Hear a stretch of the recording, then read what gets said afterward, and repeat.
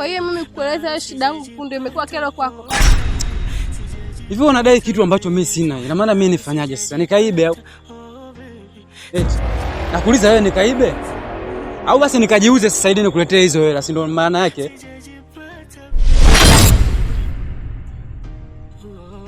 Mwanamke aongelewi kama unaongea na bosi wako. Mwanamke huwezi kuongea naye kama unaongea na baba yako ama mama yako.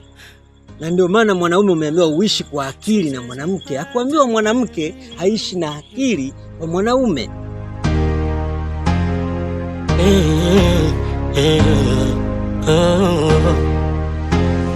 Yaweza siku ikapita tu, sila cha kutafuna. Samahani, naomba unisamehe.